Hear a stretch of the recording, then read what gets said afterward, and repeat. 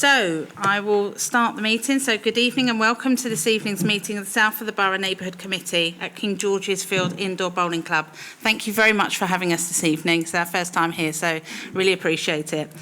A particularly warm welcome to those members of the public with us tonight and to those watching online. My name is Councillor Lorraine Dunstone and I'm the chair of this committee. In the event of emergency, the emergency evacuation procedure is to leave by one of the fire exits, leave here, and gather in the car park alongside this building. Anyone requiring assistance should remain in their seats and an officer will assist you from the building. Anybody who wishes to follow the agenda from their tablet or smartphone can do so by going to www.kingston.gov.uk and follow the links from your council on the home page. Then go to the council meeting calendar and you'll find this meeting on today's date. There is Wi-Fi if anyone needs it. We do have the code up here on the desk. This meeting is being filmed for a broadcast on the council's YouTube channel and an archived version will be available to view on the channel shortly after the meeting finishes. The broadcast will be suspended during any adjournments in proceedings and if the committee resolves to consider information as exempt business. Members are reminded that microphones must be switched on and spoken into clearly for the broadcast. The microphone for public speakers does not require switching on. Please can everyone present in the meeting also ensure that their mobile phones are switched off or in silent mode for the duration of the meeting. I will start by inviting members to introduce themselves. If I start to my left, my far left, no? Councillors, members. Hi, my name is Andreas Kirsch. I'm good evening, Councillor for Chessington South and Morden Rushet. Good evening, Griselda Kirsch, Chessington South and Morden Rushet, and I'm also the Vice Chair of this committee. I've already introduced myself, but I'll say Councillor Lorraine Dunstone, Hook and Chessington North Ward. Thank you. Good evening, Helen Grocott, Councillor for King George's and Sunray Ward. Good evening, Sue Ansari, Councillor for Hook and Chessington North. Thank you, members. I just also wanted, have we got apologies? Have we got apologies at all? We have apologies from Councillor Mirza. Thank you. I just also want to welcome James Keeley tonight. He is our representative from TfL, who is new to the team. Just thought it would be helpful to put a face to a name. Unfortunately, we're not on the agenda tonight, so we're not going to be asking him any questions. We might find that as a bit of a relief, thank you. But we'll get you next time, don't worry. Okay, so thank you, James, for coming along this evening. We also have officers in attendance who will present reports and I'll introduce them at the relevant agenda items. So we'll go to item 1, the public questions. We have a period of no more than 30 minutes during which any resident of the borough or representative of organisations operating within the borough, other than members of the council, may ask questions on matters relevant to the committee. We like to encourage questions to be submitted in advance so that officers have an opportunity to answer them, although that is not absolutely necessary. Please keep your questions as concise as possible, and if you need to preface the question with a statement, please be very brief and to the point. Kevin, how many questions have we got this evening? We have 4 questions. The first 2 are from Mr. Rob. Thank you. Mr. Rob, would you like to come up? Thank you very much.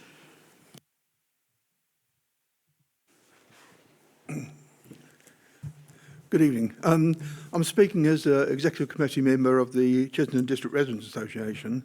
We've got 2 issues been raised by residents at this present time, and I will praise it. Well, I won't go through the whole lot. But the first one's regarding the railhead at Chessington South. It's owned by Kapar /DC Rail Express Concrete. Our planning department gave them permission to build this concrete processing plant. But unfortunately, we're getting loads of complaints now about the noise, about the dust, and about the increased number of heavy vehicle movements. We would ask that seeing it was our planning officers that actually gave permission for this, that they go back to the site, because we believe they haven't done all the conditions of the planning. They haven't done all the things that were promised at the planning application. And secondly, we need the other officers of the council to check and look at the what they're going to do about the vehicle movements, because these are heavy lorries, and they turn up before the site opens, and they park outside and rev their engines, etc. So we just need the whole thing to be looked into. But there is more detail in the email I sent you. Thank you. Yeah, we did meet with the management. They were very good, but they only allowed 3 of us to actually meet. And on the hour we met, there was no staff, there was no lorries, there was no making of concrete, nothing on site at 10 o'clock in the morning. So that tells you something. But anyway, we've given you the email, and if you can sort of get the officer to look into it, much appreciate that. I can quickly come back on that one, if that's all right. Oh, sorry, because you are involved. Yeah, I've been involved. Sorry, Just to let you know that this is with the planning department at the moment, who are taking it forward, because it is a breach of the planning conditions. So but we will keep you and the residents informed. And can I actually say thank you, because you've been very proactive in meeting the local resident that lives opposite, who's it's horrendous with all the lorries going past and the noise, etc. So I do appreciate your time and effort. Thank you. If anyone can get the school to respond to an email, that would be really. I sent them an email asking for them as well, so for their comments. So if anyone can get the school to respond, that would be really helpful. I've been communicating with the head mistress, and she was the one that gave me Daniela's name, so I'll do that. And secondly, I shouldn't go down and pay my paper bill because I got accosted by some ladies. It's about regarding the old ad of the rat run on Ashby Avenue. Apparently, they've got vehicle speeding. They're causing problems with noise, and I think this has been around for ages now, isn't it? Because it's been exacerbated because things like the silly bus lane on Moor Lane, where in the mornings between 7 and 10, there's only one lane going into the mini roundabout at Moor Lane because of the bus lane, yet the bus can't get out of Gilders Road because it's all backed up because of the bus lane. So maybe getting rid of the bus lane might help for a start. But so what we're asking is that can our councillors ask why Ashby Avenue, we need more further investigation by the highways team. And what I've suggested is that we don't go around doing the old speed humps and that sort of good. Technology's moved on now, and there is a product called ANPR rat run. So you have a camera at each end of the rat run. You then put a time in it for a vehicle to go through that rat run at 20 miles an hour, and anything that goes over that 20 miles an hour, you can fine. So there's probably a way of recuperating the money that you invested in that technology. So we don't want to talk about TMOs. We're fed up with talking about TMOs and all this sort of thing. But we need some action now to get all these problems with our highways resolved once and for all. So if they could investigate the ANPR rat run for this and maybe use it as a trial for the future. And the other thing they brought up at the same time is the fly tipping in Rollesbury. Apparently, it's been going on for ages. Dump cars and, but I didn't realise there's a waste investigation support and enforcement team. I got quite excited. So maybe we could ask the the WISE team if they can actually investigate the fly tipping that's going on. That'd be great, thank you. Thank you. I have got a couple. Hopefully I've been brief, is that okay? Yes, thank you very much, Rob. I've got a couple of responses from officers, and then I'll pass over to councillors to see if they've got any comments on it. So regarding the matter with Ashby Avenue, we've had a response to say thank you for raising the issue. This year's programme is fully committed. This issue can be added to our long list for consideration for the 26-27 TfL Lit programme, which will be brought to neighbourhood committees to consider in the autumn of 2025, prior to approval at Place Committee. In the meantime, a petition may raise the profile of the issue. Okay. I know I've spoken before, and I know that the councillors have asked me to raise the issues with Ashby Avenue as well. I don't know if you've got any comments on any further on the Ashby Avenue bit. Only a matter of clarification, if I may.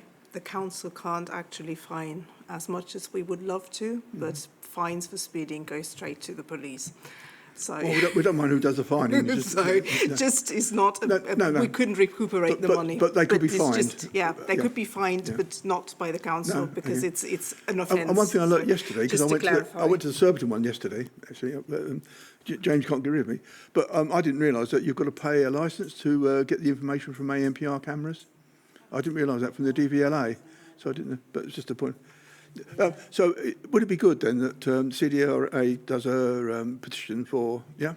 That's, yeah, I'll ta- absolutely. I'll It's take that always away as helpful. I'll take that away as an action point, yeah? With regards to the Rollesbury Road, there's the fly tipping, we've had a response on that the environmental enforcement team has limited records of complaints about fly tipping in Rollesbury Road, with only one recorded in the last 12 months. Residents are advised to report incidents of fly tipping using the form available on the council website in order that they can be investigated, and also to inform future work of hotspot areas for fly tipping activity. So it goes back to this WISE group. If the more they know about it, the more that they can look at enforcing. That is an excellent app on the website because I use it all the time. But I think we need to do more, publicise it to the resident, and we'll go back to the residents and say, look, you won't get any action until you keep reporting the stuff. So Absolutely. I'll take that as one action point. Just as well. to finish off on it, it says, unfortunately, CCTV has not been shown to be the most effective in relation to identifying individual perpetrators committing fly tipping acts. While it can be effective at identifying vehicles used in fly tipping, cameras are expensive and there's no budget set aside for the installation of cameras in fly tipping hotspot locations. So my advice would be for residents to report. But you see on television, a lot of the boroughs, they've got this kit, it's portable and everything else, and their WISE team or equivalent, that's part of their armoury, is a portable CCTV. So surely we could purchase one for our WISE team. I know there was a camera, but I'm not sure how effective it has been. But Again, if they could go you. to another borough and see what they do, it'd be a good idea. Thank you. Thank you, Mr. No, Rob. thanks for your time. Thank you. Sorry, Andreas. Sorry. Thank you, Chair. Just, Mr. Rob, in also to the question on the fly tip again, I just wanted to endorse what Lorraine has said. Of course, you know, the more people report, then obviously that identifies are there hotspots or not. And normally, the people who deal with the fly tips after reporting, normally they're done in less than 24 hours, most cases. So actually, it works quite effectively, and the rangers are also really good in helping out there. So it's really important. I totally agree because I use it all the to time. build Oh, it he's not up. here now, but Ollie would tell you that I use it all the time because of across the road there, we get burnt out bikes and things like that. And I run a thing called Dog Watch, where our Dog Watch people report back to me for Neighbourhood Watch. And time again, they see burnt out bikes across the road, and the team is very good. So I can only agree with you. It's great. Thank you. Okay, we've got 2 questions from Vicky Harris, if you'd like to come forward. Thank you very much, Chair. I'm sorry my questions weren't submitted in advance, so I don't expect answers tonight, obviously. And surprisingly enough, my questions are very close to home. The first one is, I don't know how observant any of you were when you came in tonight, but the skate park out there, the playground. Now, Glendale come along and they scalp the grass to within an inch of its life, which is fine. They forget about all the blackberries that are growing in there.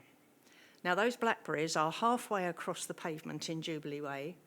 They're all the way through all our fencing out there. But not only that, there's masses of them right at the end of the zip wire. Now, if kids go down on that zip wire, they're going to end up in a big bramble bush. Glendale really need to do something about looking after these blackberries and cutting them back.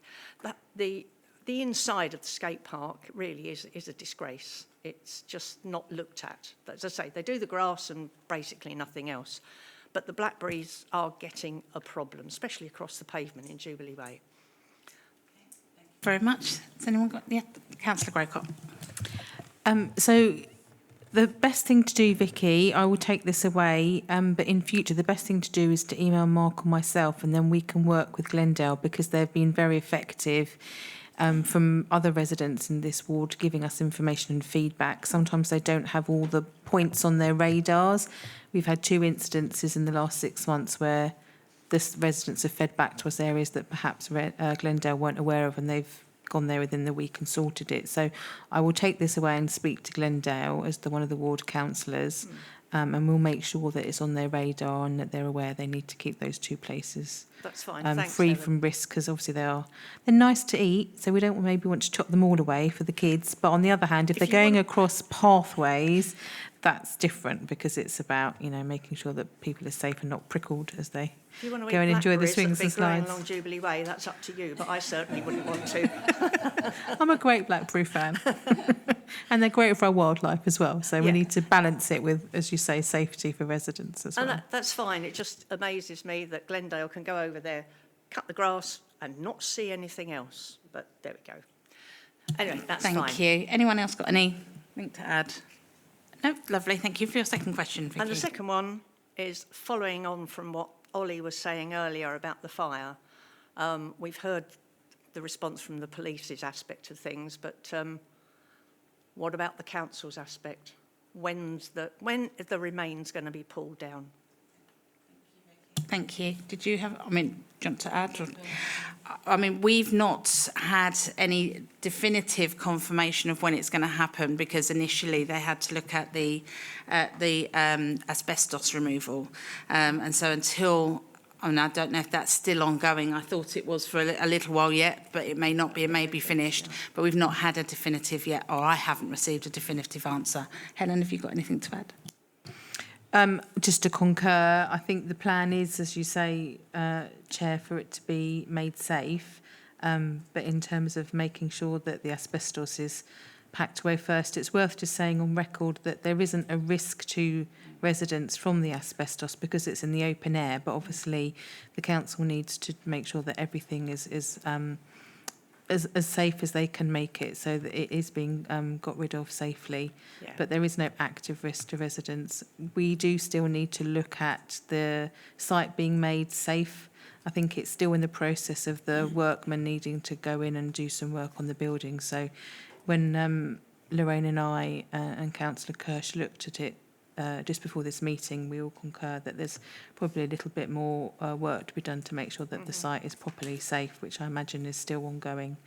But when we get feedback, we will make sure that yourself and other residents know. I'll put it on the ward Facebook page as well as other places, so people, you can direct residents to there if you wish. Okay. It's just a shame that there are quite a lot of us residents have been commenting and asking the council for a good many years to pull it down. And we were always told, oh, no, you can't do that. We know it's because of the asbestos, and that probably would have cost a lot of money to pull it down. I wonder how much it's cost now. Thank you, Chair. Thank you, Vicky. Sorry.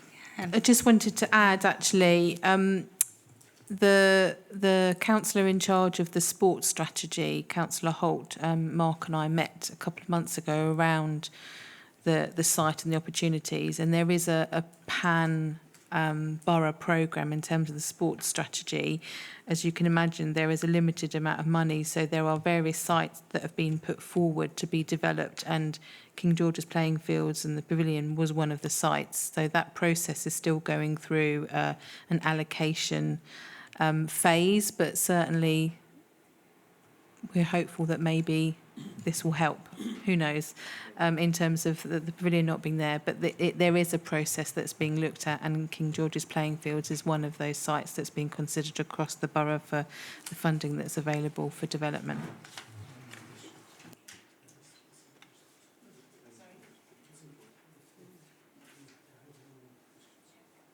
I have no more questions here for this evening, so we'll move on to item 2, petitions. We've had no notice of intention to submit a petition this evening. So we've done apologies for absence.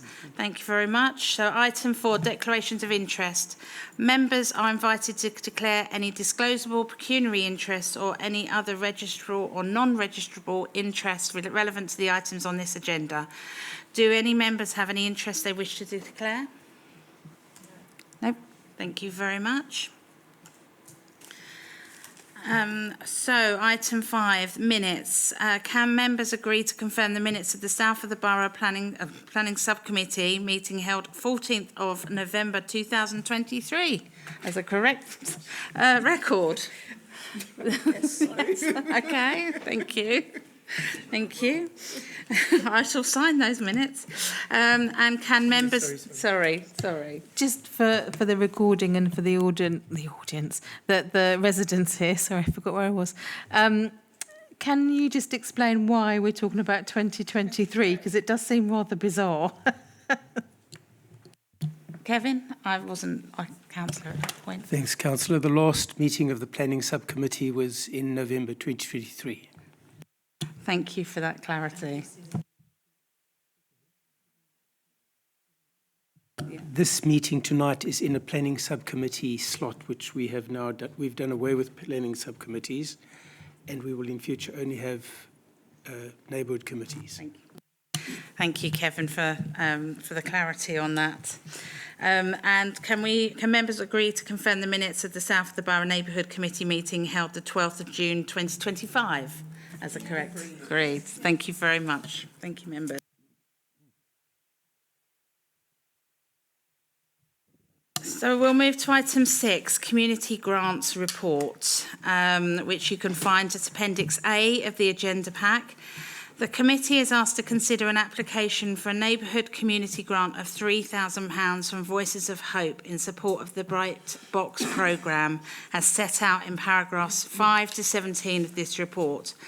I'm going to introduce Richard Dean, our neighbourhood manager. Thank you for coming along this evening, and he will introduce the first applicant. Thank you, or the only applicant this evening. Thank you.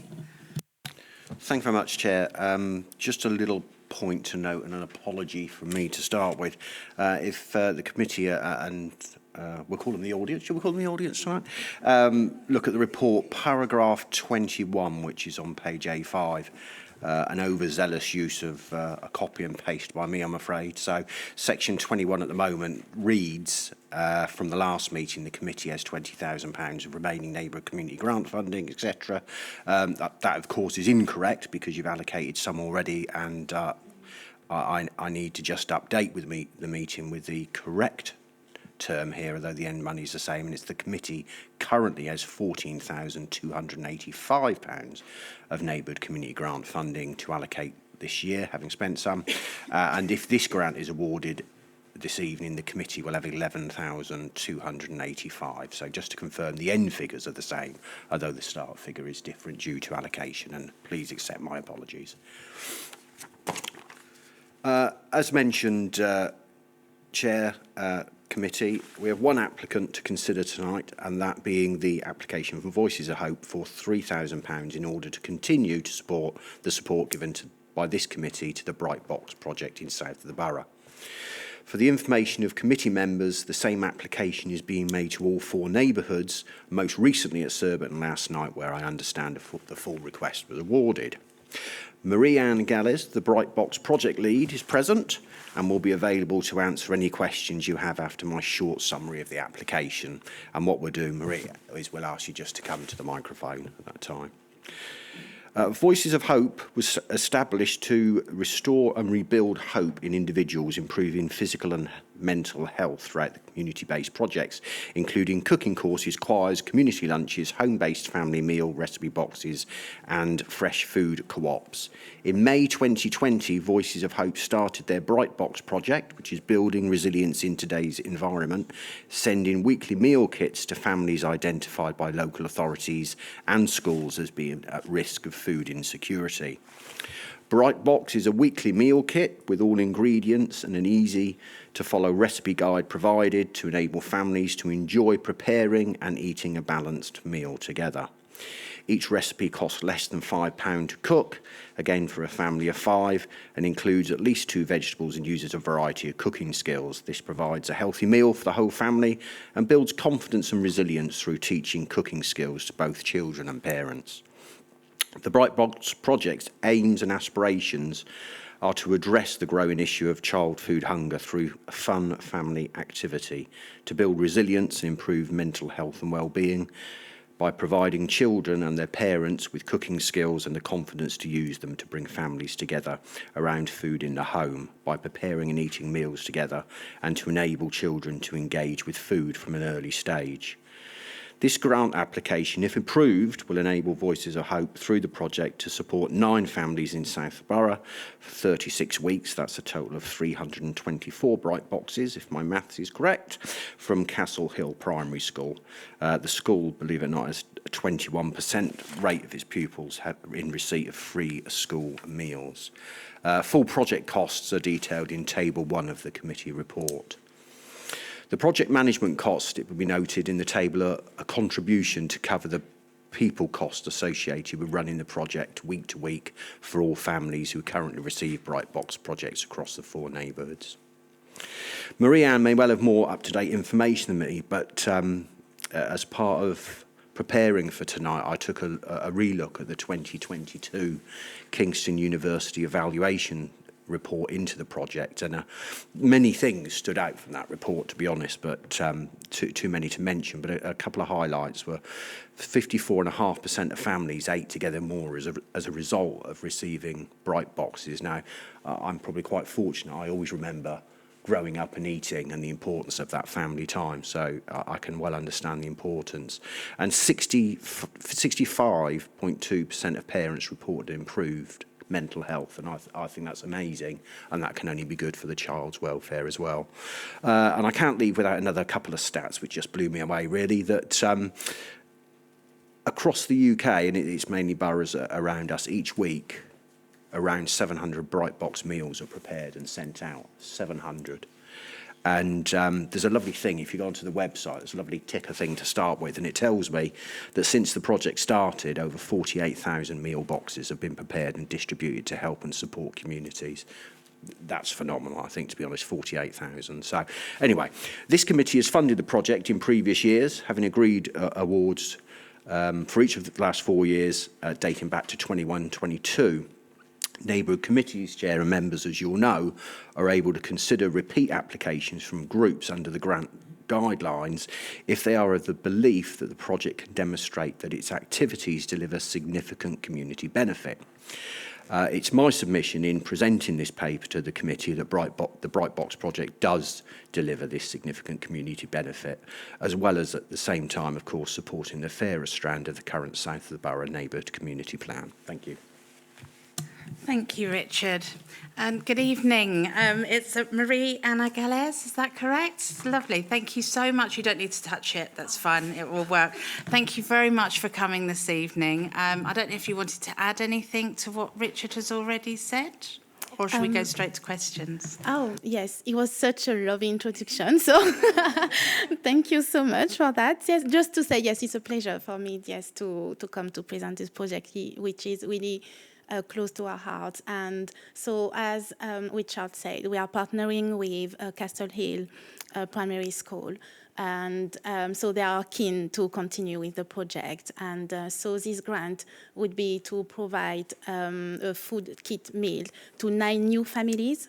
So everywhere we continue to build this relationship with the schools. And so, as Richard said as well, we have seen quite good engagement from the families, really amazing impact. And I don't have it with me tonight, but we have produced a 3-year report, so you can have access to that on our website as well. And through this report, you will be able as well to see the impact among SEN children as well. So it's something we have discover through our 2022 evaluation with Kingston University, and we continue to explore. And so recently we have we worked with a school. I think it was in Kingston, St. Philip's schools, and they are on board now and seeing such a good improvement in school, even in school behavior, and so the impact is really amazing. So we are really hopeful that with this grant we will continue to make this impact in the families in the south of the borough. Yes, community. Thank you. Thank you very much. Thank you for coming along this evening. I'm going to invite any public comments before the members of the committee discuss. Has anyone got anything to add or ask at all? Okay, lovely. Thank you very much. So we'll go over to the debate. I will now move from the chair the following recommendation: that the application for a Neighbourhood community grant of £3,000 from Voices of Hope in support of the Bright Box programme, as set out in paragraphs 5 to 17 of this report. Do I have a seconder, please? Thank you, Councillor Kirsch. Would members of the committee who would wish to speak or ask any questions, would you raise your hand at all? Councillor Grocott? Councillor Kirsch. So if we go Councillor Grocott first. Thank you.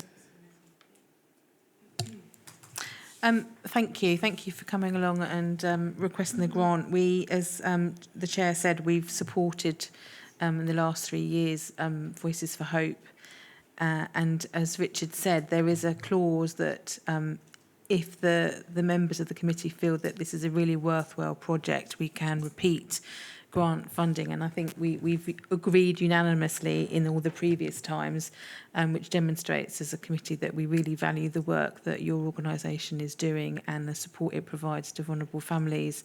And as you said, the evidence is really clear that when children have balanced meals, it helps with their education as well as socially, and we really appreciate the kind of the myriad of aims about bringing families closer together and working and, just having that opportunity to cook together, which is really important.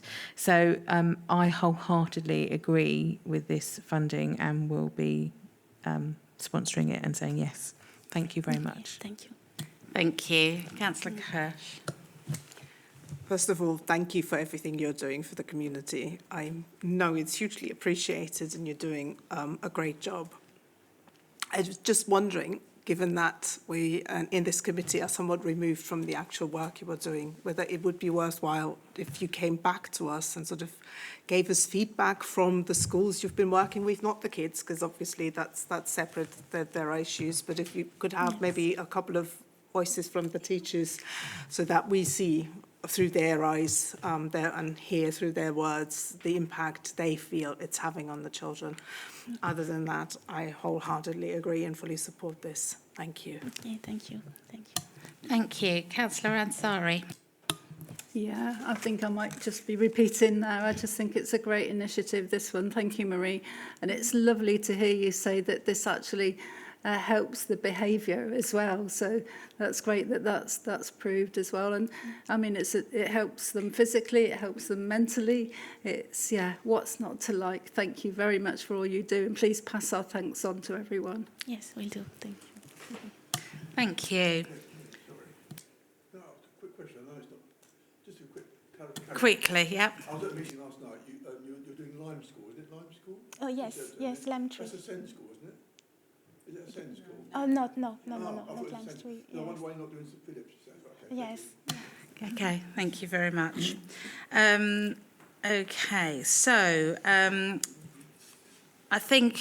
I know from my own personal experience, having seen this grow through COVID, from the very beginning, I just think it's an amazing opportunity for parents and children alike, and the work that you do is fabulous.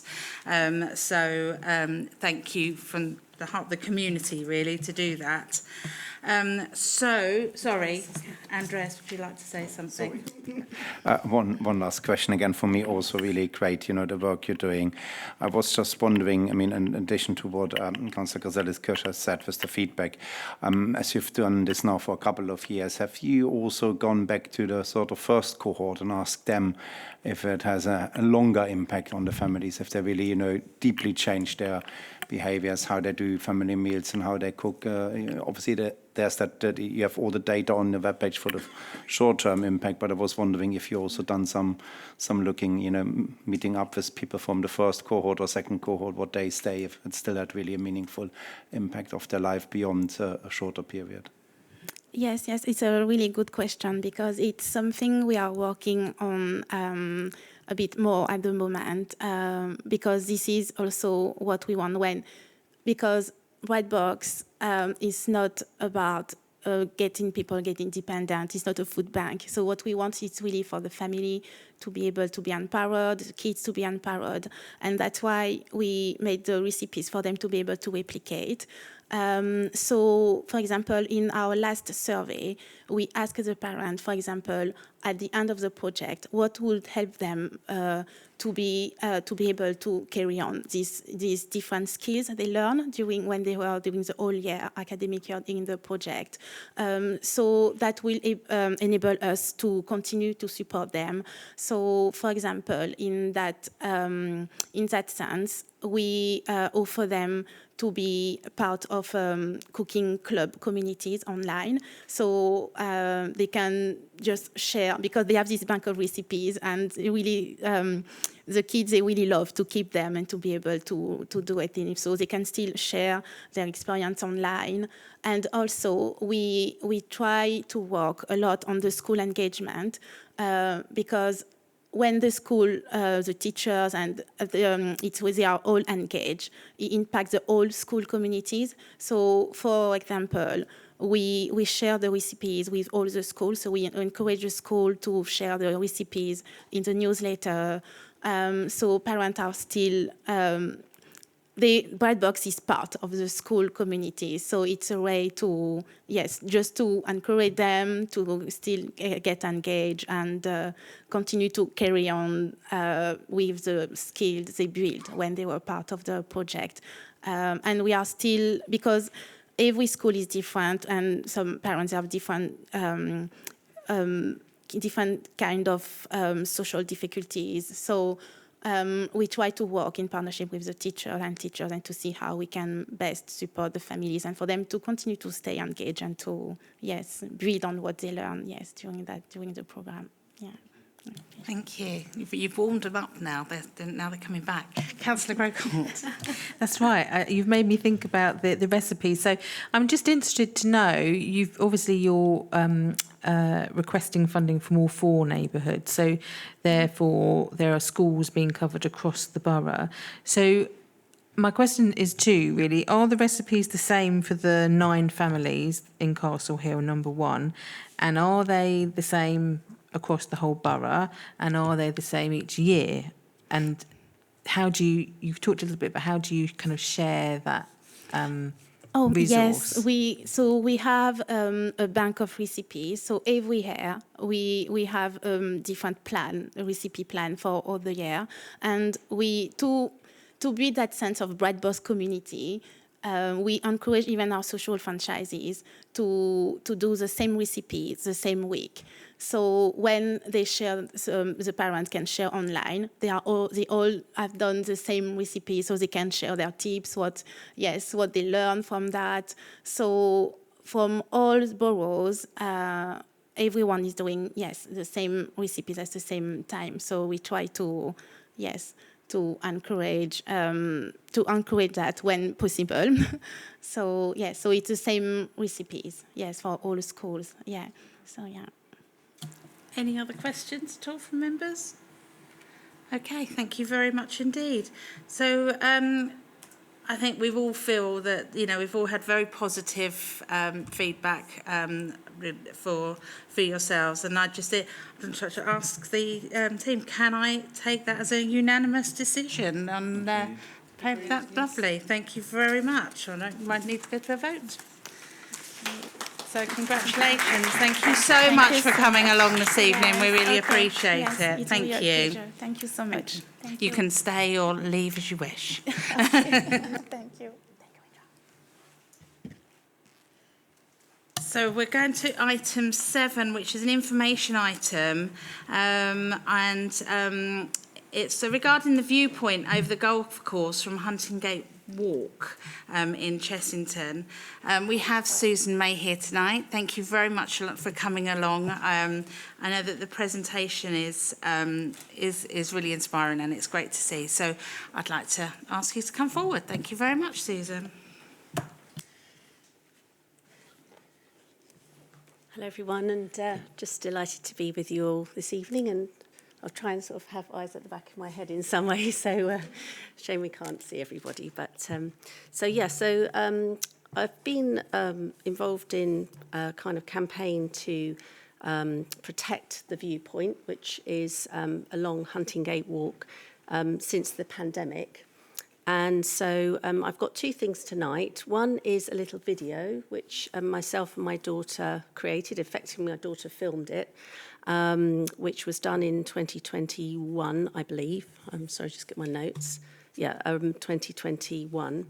And the other thing is a PowerPoint presentation, which just explains a little bit about why we believe this view is so important.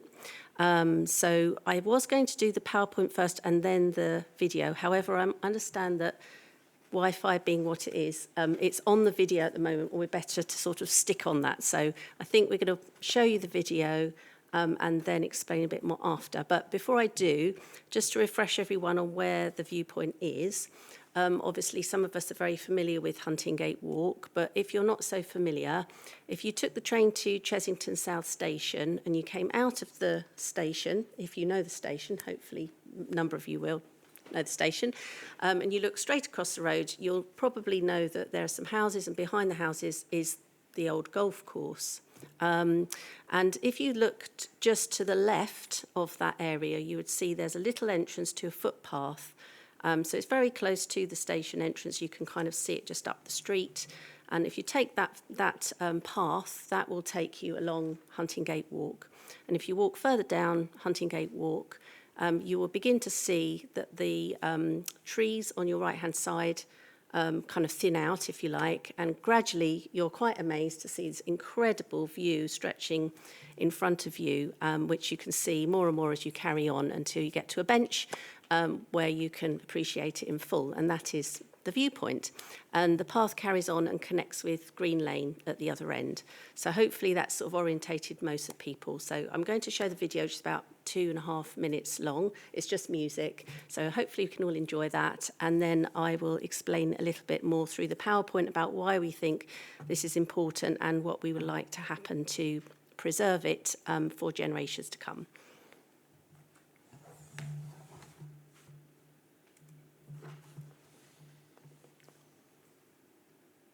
Okay, so I'm going to attempt to press play. Hope all goes well. So yeah, it's 2 minutes just over.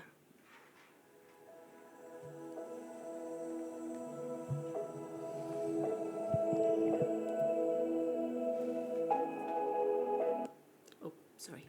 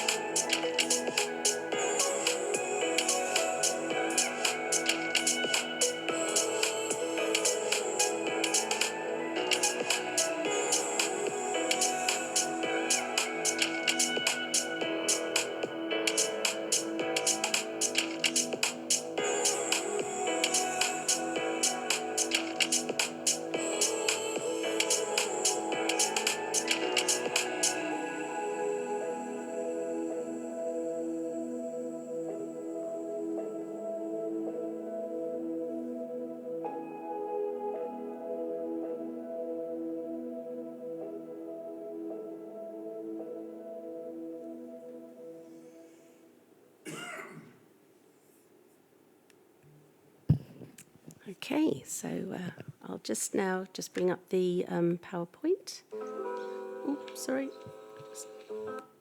Let me turn off the music before I do anything else. Okay, right, so I'm just going to bring up the PowerPoint now and just get that up to slideshow.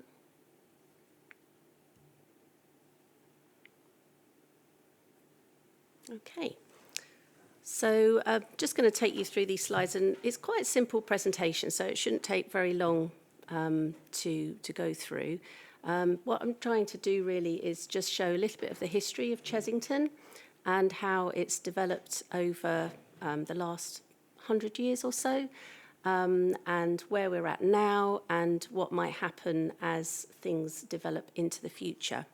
And then right at the end, I'll just explain a little bit about what we've done with the video that we produced and the petition that we raised and where we're at the moment, just to kind of bring everybody up to date. So hopefully I can get it to change slides. Okay, so that's basically what I'm going to cover: the story of Chesington's development, what the viewpoint provides, what could happen with future development, and what we'd like to offer to the community of the future. So firstly, the story of Chesington's development. So I know that maps are quite difficult to see, and it probably looks a little bit blurred on the screen as well. So this is actually Chesington, although you wouldn't really know it just from looking at that jumble of lines. So what I'm going to do is just add in a few key features to help us all sort of understand where we are, because this is the map of Chesington probably about 120 years ago. So the black line is the A243, which is the main road that goes through Hook and Chesington. So the top is Hook and the bottom is down Chesington towards the M25. So hopefully that helps already. You can see the shops and little areas around Hook at the top. So hopefully you've got a little bit more of an idea now. Now this one's more difficult, but that little road that comes off the main road is actually Elm Road, which is where the library is at the moment. You know, when you get to the traffic lights and you turn left or right, go down past the library, and it's a road that you'll probably know if you've been down there. It's quite a characterful road. It's got lots of lovely red brick cottages, and it's an older road. So in times gone by, going back 120 years, this was the key road that led out of Chesington, would you believe?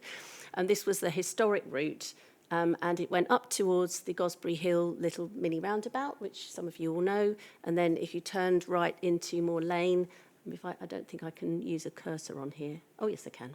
So, yeah, if you turn right into Moor Lane and then carry on, Moor Lane eventually joins the main bridge road and then comes out what I call the back end of Chesington, down by the stream and the William Bourne pub down here. So hopefully you've got even more of an idea of where you are now. And then just to add a couple more features. So this road I'm adding on now is Garrison Lane.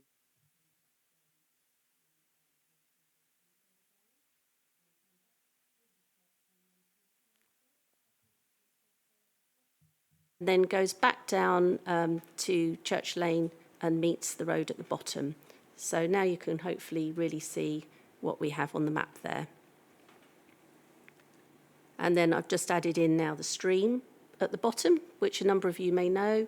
And obviously that's an indication of the contours of the land in Chesington. That is the lowest point, the Bonesgate stream running along there. So now you can understand more that above the stream, and particularly where St Mary's Church is, and also the road further along, is the high point of that hill. And there's a kind of ridge. It goes down a bit, but there are ridges all the way along. The Chantry area is also quite high up as well. And then it all runs down to the stream and then across the valley. And then what I've showed you here is, if you can see the little sort of multicoloured dots. So all really there was in Chesington and Hook at that time were either manor houses or farmhouses, and they had land around them. So this one is Copgilder's Hall, which was by the side of Church Lane. Obviously there's St Mary's Church, and there was also Chesington Hall, which is kind of slap bang on top of what's now Garrison Lane. And there was also Strawberry Hill, and then further up here towards the Hook shops, there was Chesington Court. And also Gosbury Hill, which was up here on top of that little area of trees that there is still now there. So Gosbury Hill was demolished around the time of the wars, and Chesington Court was demolished, Chesington Hall was demolished, and Cop Gilders Hall was demolished. So I think the only one that wasn't demolished, and sorry, there's another one here, Whitehall, I think it was called, was also demolished. So they were all demolished, apart from, I think there's a little bit of Strawberry Hill, which is now forms part of Beadlesford School, I believe, or possibly St Philip's. I think there maybe are fragments of that building left. But apart from that, all of the buildings, the larger manor houses or farmhouses were demolished.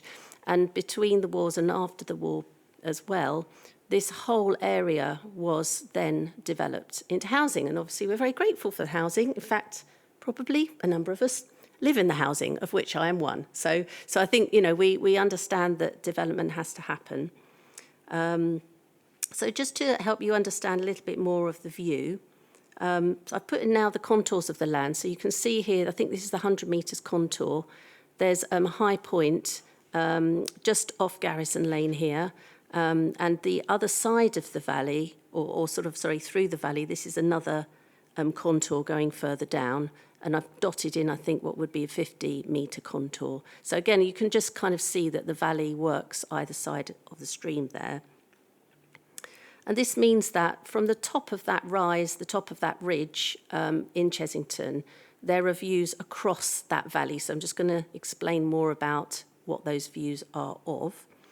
So if we go to the next slide, I've now shown further down, further south. So the arrows are sort of here. You can just see that boundary of Greater London there. Here's Chesington here. And this little area, you can't see it very clearly, but this area of slightly darker shading is the high area that we've just seen. And these are the views across that stream to the valley beyond. But if you look further along, you do get this view that comes all the way down towards these areas here, towards Banstead, Headley, and actually towards Box Hill. So it's actually a really long-range view from that ridge all the way across. The next highest point is these very high hills a lot further away. So it is an incredible view that you would have had in Chesington all the way along that ridge across to the hills opposite. And you can still see bits of it between properties all the way along, but obviously very fragmented by all of the development. So going back to our map, I've now kind of brought in a little what they call a slider, which is where you kind of map onto the original map, the current map, and you can kind of see all these little wiggly lines, which are the roads which we now have in Chesington, which represent all the houses.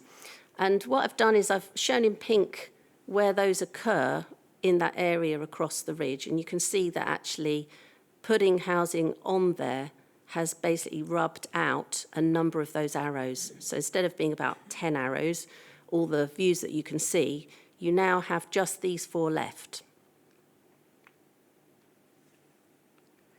So this is what the viewpoint provides. It is those last remaining views that you would have had all the way along that valley, which are unique views all the way across to the Surrey Hills. The only view really that's left is the viewpoint and is the views that you have along that walk. So what would happen with the area of the golf course which lies in front of the view? So I've edged it in a kind of dark pink here. So if that golf course is built on, so I've kind of just hatched it in to show you what it could look like if it was completely filled with homes as the rest of Chesington has been. You can see that then that view will have houses in front of it. And it may be that you can see over the tops of the roofs, but what happens with your eye when you look at things is your eye is always drawn to things that have contrast. So even if you have a beautiful view in the distance above blocks of flats or homes, your eye will naturally be drawn to what you see in more contrast, which will be the roofs or the walls or the things in front of you. So you're not going to really be able to appreciate what you currently appreciate. So hopefully this really demonstrates the issue that we have. And the viewpoint is probably one of the biggest jewels of Chesington. Obviously, we have many jewels in Chesington. We have the church and we have many other institutions and wonderful things that we all know and love. But obviously, there is things that could potentially be removed if we do have more development, and this is one that would sadly be lost. Now, it may be possible to develop part of that site, and we know that the part that is particularly connected is the part that's near the station. And I don't have any personal views on how that might work, and I wouldn't necessarily advocate that the whole site may be left as it is. I know the pressures on housing, and I think that's something for the council to consider. But the area that's particularly significant is this area of the site that is in view from that point there. So if we can preserve that as a natural foreground, it will allow these wonderful views to continue. So that's the presentation. So if I just close that now, and then just really to bring you up to date. So what we did with this, myself and my daughter were up there in the pandemic. We were looking at the view and we understood what was happening with this history and the potential for this to be destroyed should that land be developed. So we decided to raise a petition in Chesington, and I understand that we gathered about 4,000 signatures. I haven't got the precise number, but it's around that figure. And we took the petition to the council. It went to the Place Committee in September 2021, and the Place Committee were, really could see the value of what we have and wanted to agree to assess it in their local plan process to see what could be done to help. So we've been monitoring the process since then, and in March 2023, I met a lady from the planning staff, and I was advised that the importance of the view of the Surrey Hills could be included in the new local plan. So that was obviously very encouraging, but it was noted that it will just be one of the factors that's considered. So it may not be strong enough to prevent development, but obviously is something that could be put in. And I understand that the local plan is still in process at the moment, and there have been lots of changes which have meant that I believe that it would not be ready yet. But now we know with the new government that the Greenbelt is under threat due to the government changing the policy on what can be used and how it can be developed. And this may mean that the site now can be developed. So the viewpoint is possibly one of the only obstructive views of the Surrey Hills from Greater London, or even possibly maybe the only one, I don't know. And we know that support for the viewpoint has been expressed by Ed Davey, the leader of the Lib Dems, and there was an article in the Lib Dem newspaper in recent years, and that we understand he actually has visited the actual site, possibly with some of the councillors here, so we know that he is in support of this. So really this item is just to bring everyone up to date on this, on my concern, on the concern of the 4,000 residents who signed the petition, and that we hope that if the golf course is developed, there can be a way that is found to preserve this really important gem for the community. So that's the presentation. Thank you. Thank you very much, Susan. It's really interesting. It's always really interesting to go back over time and look at the maps from where it began and to see how far an area has come. So thank you very much for that. Just wondered if any of the members of the public would like to ask a question or make any comment on that presentation. No? Well, questions. Okay, so have any members got any questions? Sorry, Councillor Kirsch, yes. Yeah, to both of you. Andreas, would you like to go first? Thank you. Thanks, Chair. And thanks, Sue, for bringing this information item today to us. And again, it was really good. Lovely video from you and your daughter. And I wanted to say thanks again to you and your daughter, all the work over the years you put into the project for the viewpoint and to protect it. So it's really, really great to to see the work from you both, and just wanted to say thanks for all the hard work. It was really good having it as an item here today, because I think it's, was not just, because you've done all the lovely work, but also the site is really lovely. So from both ends, having a bit more publicity about this is definitely, a good thing. Thank you. Griseldis. A warm thank you for me as well. Just a little anecdote. Shortly before the pandemic, Andreas took me there and I took a couple of photos, which I used as the virtual background for almost all of my meetings during the pandemic. And everybody was like, oh my God, where is this? And when I said this is in London, looking out to the Surrey Hills, colleagues were totally amazed because they had no idea that you could actually look into the Surrey Hills from London. So thank you for the work you've been doing to protect this. Wonderful, thank you.